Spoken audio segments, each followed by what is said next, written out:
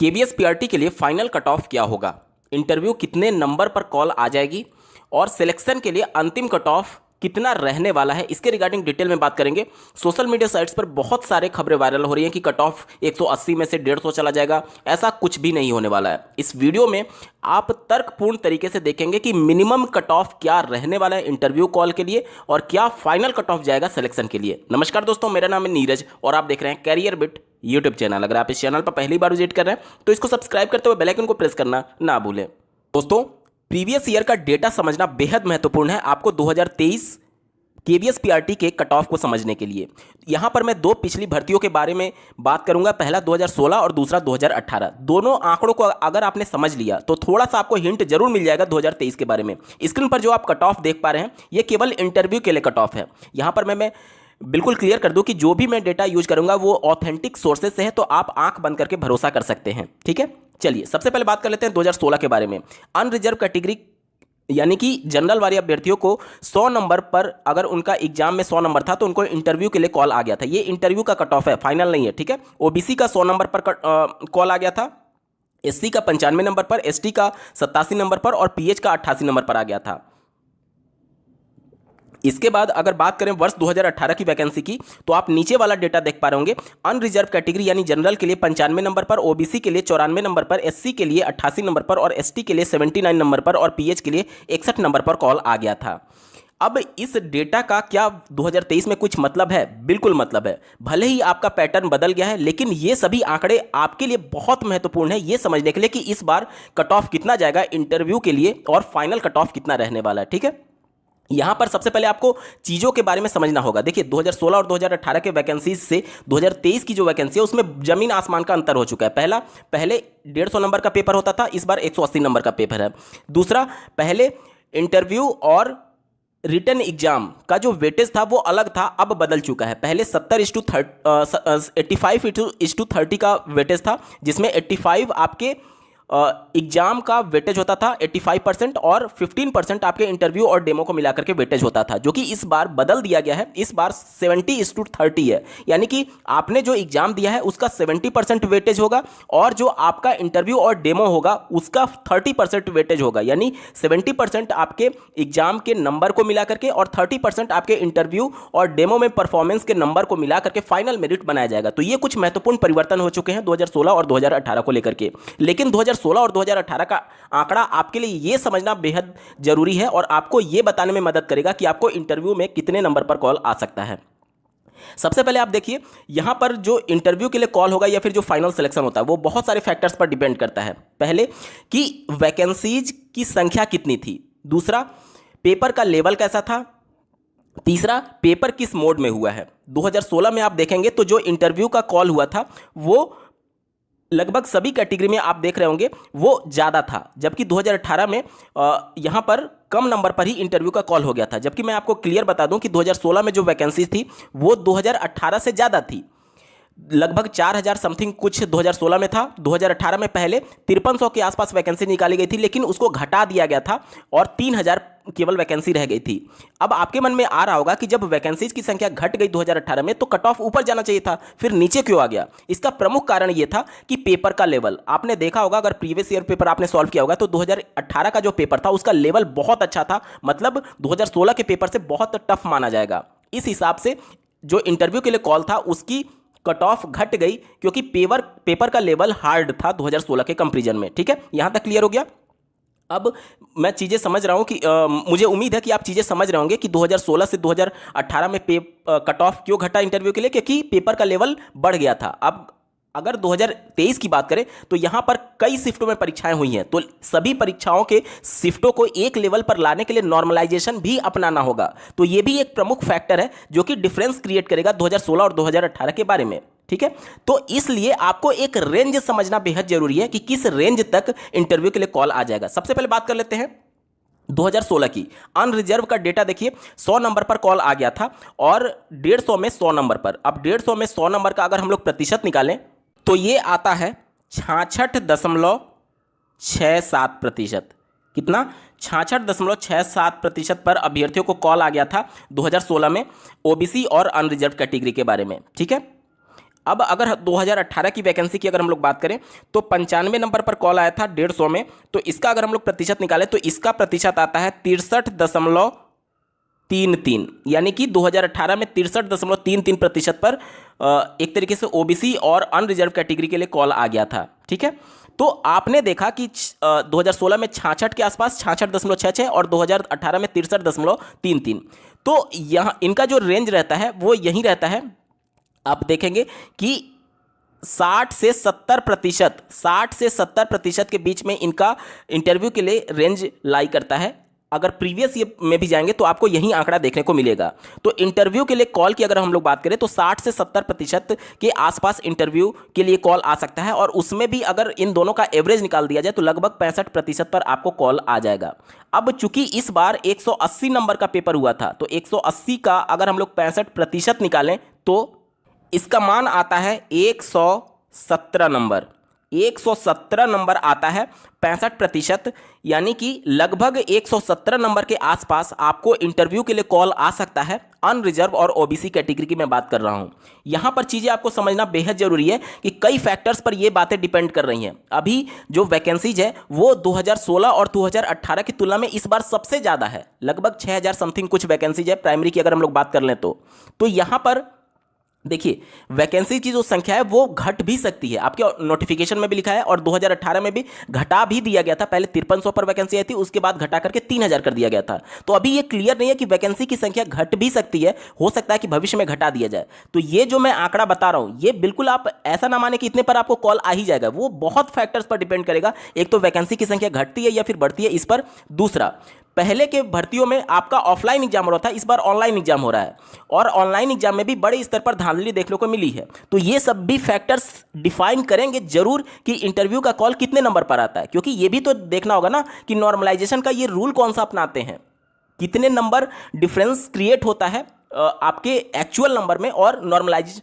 Number में। तो ये सब भी फैक्टर डिपेंड करेंगे। वैसे मैं आपको बता दूं कि ये जो नंबर है इसका +5 और -5 इतना आपका एक तरीके से हो सकता है अनरिजर्व कैटेगरी और ओबीसी के लिए इंटरव्यू कॉल आ जाए। मतलब कि आप मान करके चले कि देखा जाए तो 115 से लेकर के 125 के बीच में आपका है, तो आप श्योर रहिए कि आपको इंटरव्यू के लिए कॉल आ जाएगा। ये मैं रेंज इसीलिए बता रहा हूं क्योंकि बहुत सारे फैक्टर्स हैं, क्योंकि पेपर भी इस बार बहुत सुचितापूर्ण तरीके से नहीं हो पाया है। इसके अलावा जो पेपर का लेवल है सभी शिफ्टों में अलग अलग था, इसलिए मैं यहां पर एग्जैक्ट डेटा आपको बताने में अक्षम हूं। और इस रेंज के बीच में अगर आपका नंबर लाई कर रहा है, मैं अनरिजर्व की बात कर रहा हूं, ओबीसी की बात कर रहा हूं, तो आपका इस रेंज में अगर नंबर आ रहा है 115 से 125 के बीच में, तो आपको 100% इंटरव्यू के लिए कॉल आने की प्रबल संभावना है। आप लोग इंटरव्यू की तैयारी करिए।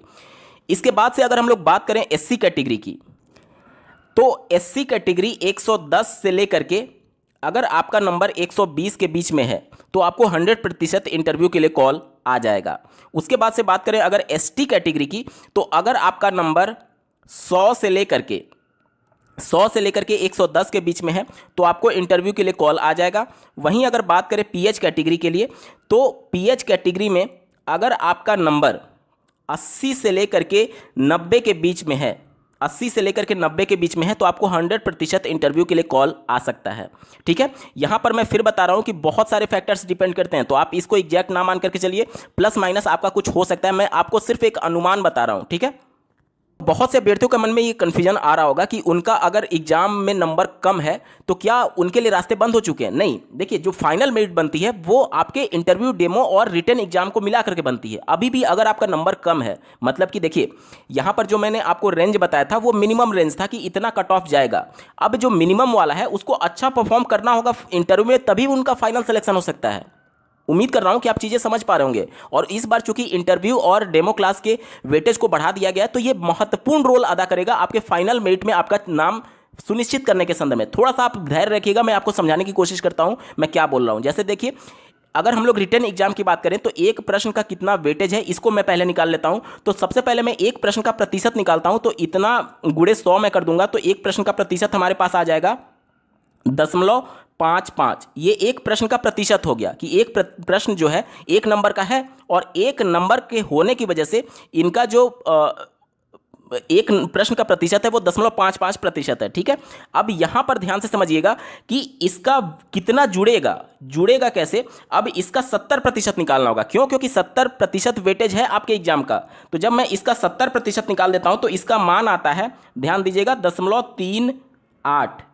0.388। यानी कि आपके एक नंबर सही करने पर, आपके एक रिटन एग्जाम में एक प्रश्न सही करने पर आपके फाइनल मेरिट में 0.388 जाकर के जुड़ेगा। फाइनल मेरिट में 0.388 जाकर के जुड़ेगा। बहुत से अभ्यर्थी ये कंफ्यूज हो रहेंगे कि फाइनल मेरिट बनेगी कैसे। तो थोड़ा सा मैं आपको बता दूं कि जितना भी आप एग्जाम में नंबर पाए हैं उसका पहले प्रतिशत निकाला जाएगा। प्रतिशत कैसे आप निकालेंगे कि 180 में जितना आपने पाया होगा उतने को 180 से डिवाइड कर देंगे और उसको 100 से मल्टीप्लाई करेंगे तो आपका प्रतिशत निकल जाएगा। अब उस प्रतिशत का 70% निकाल करके आपका रिटन एग्जाम का वो गुणांक बनेगा और वो जोड़ा जाएगा आपके इंटरव्यू और डेमो में। तो वही मैं आपको बताने की कोशिश कर रहा था कि एक प्रश्न का वेटेज कितना है। ठीक है, अब बात कर लेते हैं इंटरव्यू और डेमो की। तो इंटरव्यू और डेमो 30-30 नंबर के हैं और 30-30 नंबर यानी 60 नंबर के। अब एक प्रश्न कहने का मतलब कि एक नंबर, इंटरव्यू और डेमो टोटल 60 नंबर के हैं और टोटल में से एक नंबर कितना वेटेज रखता है तो इसको निकालने के लिए मैं यहां पर प्रतिशत में निकालता हूं। तो इसका मान क्या आ जाएगा, देखिए 1/60 करते हैं, गुणे 100 करेंगे। ठीक है, तो इसका मान आ जाएगा आपका 1.66 मैं कर दे रहा हूं। ठीक है, अब चूंकि इसका 30% जुड़ेगा तो इसका मैं 30% निकाल देता हूं। तो इसका मान आता है 0.5। यानी कि आपका एक नंबर अगर इंटरव्यू में और डेमो में है तो आपका फाइनल मेरिट में 0.5 जुड़ेगा। अब इस डिफरेंस को आपको समझना बेहद जरूरी है। आपके एक नंबर एग्जाम में जो उसका मार्क्स जुड़ा था वो 0.388 जुड़ा था। ये आपका रिटन एग्जाम का है। इसका एक नंबर पाने पर आपका 0.38 जुड़ा है और इंटरव्यू और डेमो में एक नंबर पाने पर आपका 0.5 जुड़ा है। अब आप समझ सकते हैं कि इंटरव्यू और डेमो का वेटेज ज़्यादा है। इसलिए अगर आपके नंबर कम है, बॉर्डर पर है, तो आपको इंटरव्यू और डेमो के लिए ज़बरदस्त मेहनत करनी होगी और आप अपना नंबर बेहतर बना सकते हैं। क्योंकि इंटरव्यू और डेमो का वेटेज यहाँ पर आप देख पा रहे होंगे कि ये ज़्यादा है आपके एग्जाम के नंबर से। 2018 की वैकेंसी में जो फाइनल मेरिट गया था, जो फाइनल गुणांक गया था, वो उस पर एक बार चर्चा कर लेते हैं। सबसे नीचे आप देखिए, यहाँ पर देख सकते हैं आप, ये ऑथेंटिक सोर्सेस है तो आप इस पर पूरा भरोसा कर सकते हैं। देखिए सबसे नीचे पीआरटी का है 16 नंबर पर। अगर अनरिजर्व की बात करें तो अनरिजर्व का जो कट ऑफ गया था वो 69.733 गया था। मैं यहाँ पर दिखा देता हूँ, अनरिजर्व का 69.733। इसके बाद से ओबीसी की बात करें तो 67.350 गया था। एससी की बात करें तो 66.217 गया था और एसटी की बात करें तो 62.133 गया था और ओएच की बात करें, ये फिजिकली हैंडीकैप्ड में आते हैं, 66.767 गया था और वीएच की बात करें तो 56.057 गया था। वहीं अगर 2016 की वैकेंसी की बात करें तो इनका जो फाइनल सिलेक्शन हुआ था वो 71 समथिंग पे हुआ था। फाइनल सिलेक्शन 2.5 समथिंग था, तो 71.25। यानी आपने देखा कि 2018 में 69 समथिंग जा रहा है और ये 2016 में 71.25 के आसपास गया था। ये फाइनल सिलेक्शन की मैं बात कर रहा हूँ। तो इस बार भी आप मान सकते हैं कि 70 से 71 के आसपास आपका फाइनल मेरिट जा सकता है। 70 से 71। मैं फिर बार बार कह रहा हूँ कि ये बहुत सारे फैक्टर्स पर डिपेंड करेगा। ये मैं केवल एक्सपेक्टेड बता रहा हूँ। ठीक है, नंबर ऑफ वैकेंसीज इस बार ज़्यादा हैं और अभ्यर्थियों को तैयारी का मौका भी बहुत कम मिला क्योंकि बहुत जल्दी एग्जाम कंडक्ट कराए गए थे। इस वजह से बहुत सारे फैक्टर्स हैं। मैं यहाँ पर नॉर्मली 70 ही मान करके चल रहा हूँ कि मान लीजिए आपकी फाइनल मेरिट 70 ही जाती है तो 70 जाने पर ऐसा अभ्यर्थी जो कि बिल्कुल बॉर्डर पर होगा यानी कट ऑफ पर होगा, उसको इंटरव्यू में कितना नंबर लाना होगा, इसके बारे में अगर हम लोग बात करें तो देखिए पिछले वर्षों में जो इंटरव्यू और डेमो क्लास में नंबर मिले हैं वो बंदों को पूरे में पूरे भी मिल जाते हैं। मैक्सिमम अभ्यर्थी का जो रेंज था वो पूरे में पूरे, जैसे कि जो बहुत अच्छा परफॉर्म करता है इंटरव्यू और डेमो में तो आपको पूरे में पूरे नंबर में मिल जाते हैं। तो आप लोग अब बेहतर से बेहतर तैयारी करिए अपने इंटरव्यू और डेमो क्लास के लिए। यहाँ पर आप इस बात की संकोच ना रखें कि आपका इंटरव्यू इंग्लिश में होगा, हिंदी में होगा, वो वहाँ पर बाईलैंग्वेज आपको मौका मिलता है। लेकिन यहाँ आप इतना जरूर मेंटली प्रिपेयर रहिएगा कि अगर आपसे इंग्लिश में प्रश्न पूछा जाता है तो कम से कम एटलीस्ट आप समझ पाएँ। पाएँ। आप उनसे बता सकते हैं कि सर मैं हिंदी में उत्तर देना चाहता हूँ, वो कभी आपको मना नहीं करते हैं। वो सिर्फ आपके ज्ञान का परिचय देखना चाहते हैं। लैंग्वेज बैरियर नहीं होता है इंटरव्यू में, ये आप अपने मन से निकाल दीजिएगा, ठीक है।